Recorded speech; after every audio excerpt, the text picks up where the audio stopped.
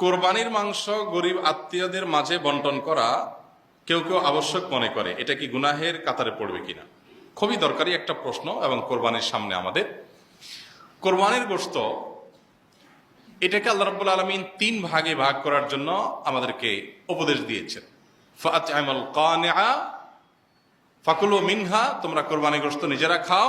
ওয়া আত'আমু আল কানিআ ওয়াল মুতাররা ওয়া আত'আমুল বাঈস আল ফাকির আছে, যারা তোমাদের আত্মীয় স্বজন আছে, প্রতিবেশী আছে, তাদেরকে খাওয়াও। আবার যারা অভাবী, নিডি, গরিব মানুষ, তাদেরকে দাও। তার মানে নিজে খাবেন, আত্মীয় স্বজনদের মধ্যে হাদিয়া উপঢৌকন দিবেন, আর গরিব দুঃখীদেরকেও খাওয়াবেন। কিন্তু এই বন্টনটা এটা কোনো ফরজ বা ওয়াজিব না।